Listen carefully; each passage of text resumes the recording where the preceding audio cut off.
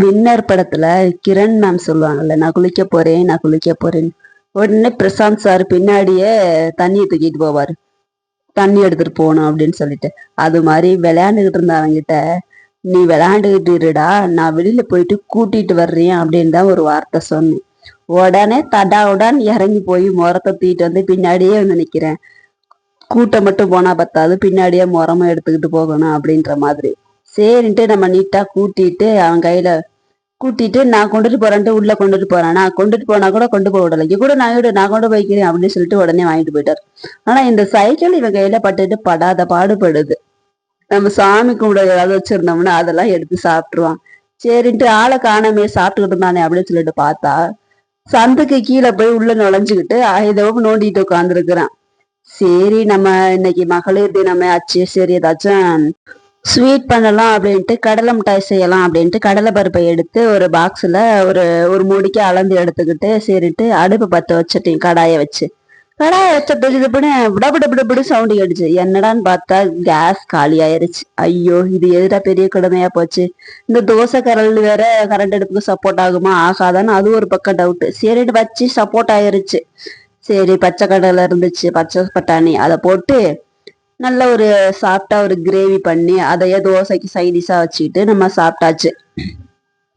இந்த வாரம் விஜய் வாரம், இந்த வாரம் சூர்யா வாரம் அப்படிங்கிற மாதிரி முன்ன ஒரு காலத்துல போடுவாங்க, 2 வருஷத்துக்கு முன்னாடி படத்துலலாம்.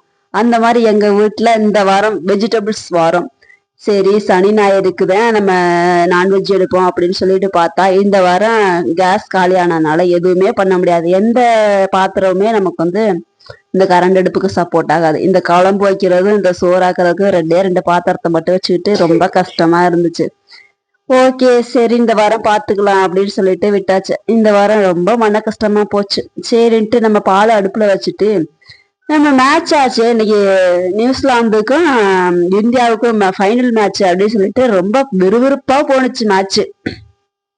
ரொம்ப ஆர்வமா இருந்துச்சு. பால் பொங்குனது கூட தெரியல, அந்த அளவுக்கு மேட்ச் ஓடிட்டு இருக்குது. பரவாயில்ல, இந்த வாரம் இந்த டைம் இந்தியா ஜெயிச்சிருச்சுன்னா நம்மால் ட்ரீட் வேற வைக்கிறேன்னு சொல்லியிருந்தாரு. சரி, இந்தியா ஜெயிக்கணும்னு ஒரே கொண்டாட்டத்துல நம்ம ஆளு ஒரே ஆட்டம் தான்.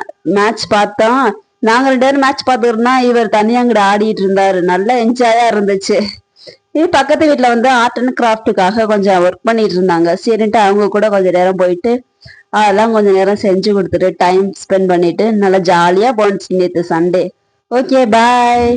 நம்ம சேனலை சப்ஸ்கிரைப் பண்ணி சப்போர்ட் பண்ணுங்க ஃப்ரெண்ட்ஸ். தேங்க்யூ ஃபார் வாட்சிங்.